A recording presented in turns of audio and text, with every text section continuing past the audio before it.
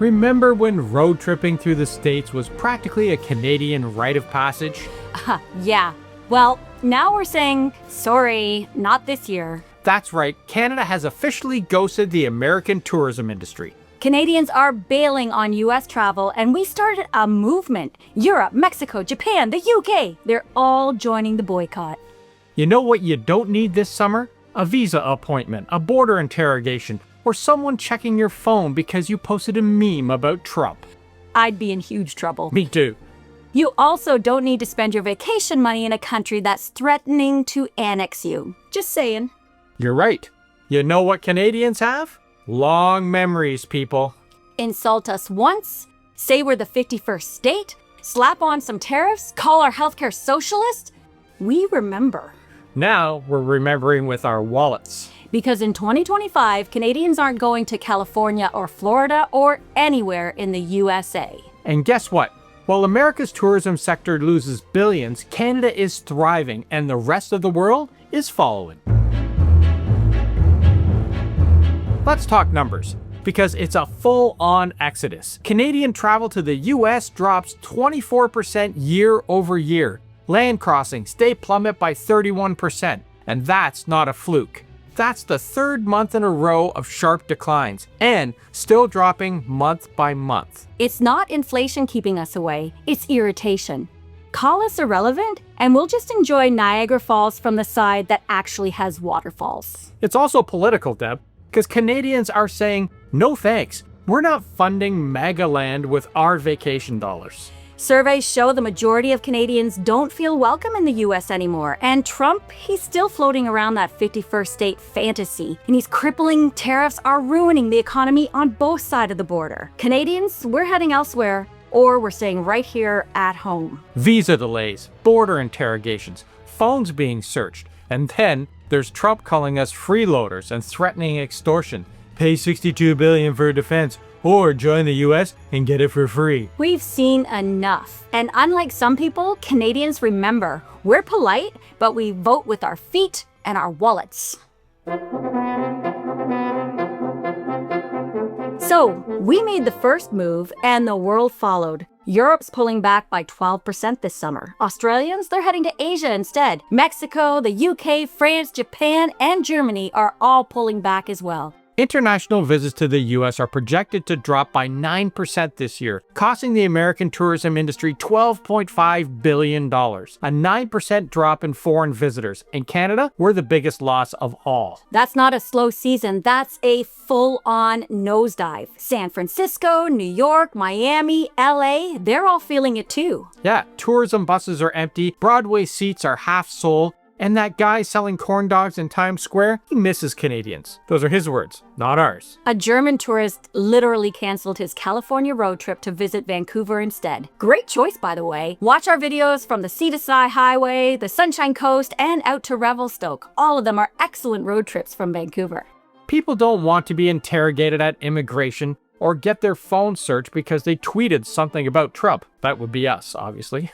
That's not a vacation. That's a stress test, and we don't need that. Remember when California Governor Gavin Newsom, his literal quote was, "We miss our Canadian neighbors. California is open to you." And also remember that bipartisan group of US senators that flew to Ottawa this spring to pitch travel deals and plead for cross-border tourism? That's not strategy. That's panic, people. And it didn't work. So what are Canadians doing instead? Well, we're traveling across this beautiful country we call home. While the US is losing visitors, Canada is breaking records. Airbnb bookings within Canada are up 40% over pre-pandemic numbers. That's 9 million domestic guest stays this year. We're choosing lakes over Vegas, Banff over Broadway, and PEI over Palm Beach. We've been to over 130 countries, but some of the best trips we've ever done were right here. Road tripping Cape Breton Island, wine tasting in the Okanagan, safari in the Arctic. Yes, summertime is the best time to visit Canada's north. And let's be honest, Canadian summer is magic. You have no border delays, no health insurance panic, and best of all, no Trump. We also feel safe here. We feel welcome. And maybe most importantly, we feel Canadian.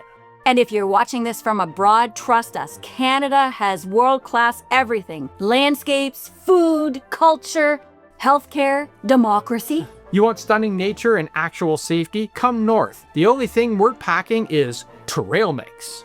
Plus, Europe's rolling out the red carpet for us too. Mexico's welcoming us, Southeast Asia, it's booming.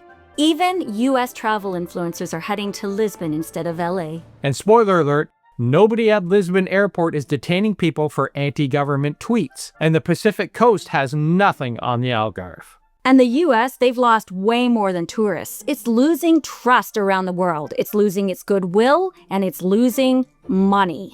Countries that once admired them now avoid them. Allies are backing away, trade partners are holding their breath. Even Rick Steves is worried. And he's basically the travel world's Mr. Rogers. You can't elect a conspiracy-pushing, border-closing, dictator-flirting chaos agent and just expect the world to keep showing up with postcards and cash. And it's not just politics, it's that whole vibe. The guns, the extremism, the whiplash between elections, the constant culture war. The rest of the world is quietly asking, are they okay? And we get it. 75 million Americans didn't vote for this. We see you and we feel for you. But what would you have the rest of us do? Keep showing up like nothing's changed? We're watching democracy erode. Journalists are being attacked, protesters arrested, women's rights stripped, and guns everywhere. And a leader openly threatening other countries, including ours. This isn't just a boycott, it's a boundary. And Canadians, we don't yell. We just quietly step back. We're not turning our backs on the American people, but we're turning away from what the country has become under Trump. And until that changes, our tourism dollars, they're staying home or going elsewhere. The US used to be the crown jewel of global travel. In 2019, it pulled in $217 billion from international tourism. Now, that's expected to fall to $169 billion.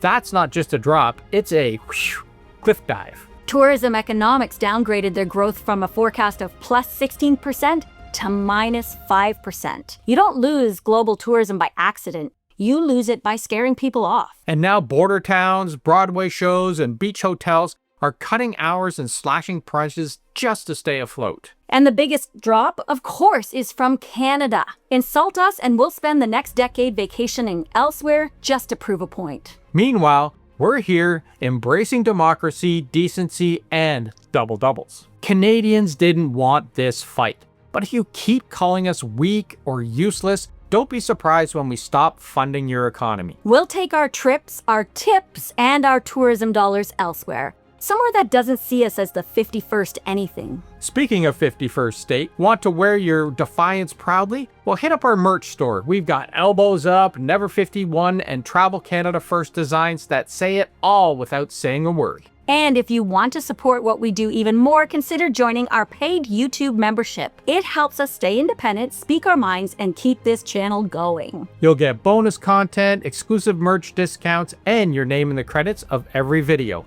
Because this community is how we do what we do. We appreciate all of you. And hey, if you're proud of Canada leading the way, smash that like button, subscribe, and drop your alternative destinations in the comments below. Elbows up? Never 51. Canada remembers. So if you're watching this from outside Canada, join us and skip the chaos. Come north instead. We have entire playlists dedicated to Canada travel, and we're starting to do full city breakdowns very soon, because we have traveled this great country from coast to coast to coast.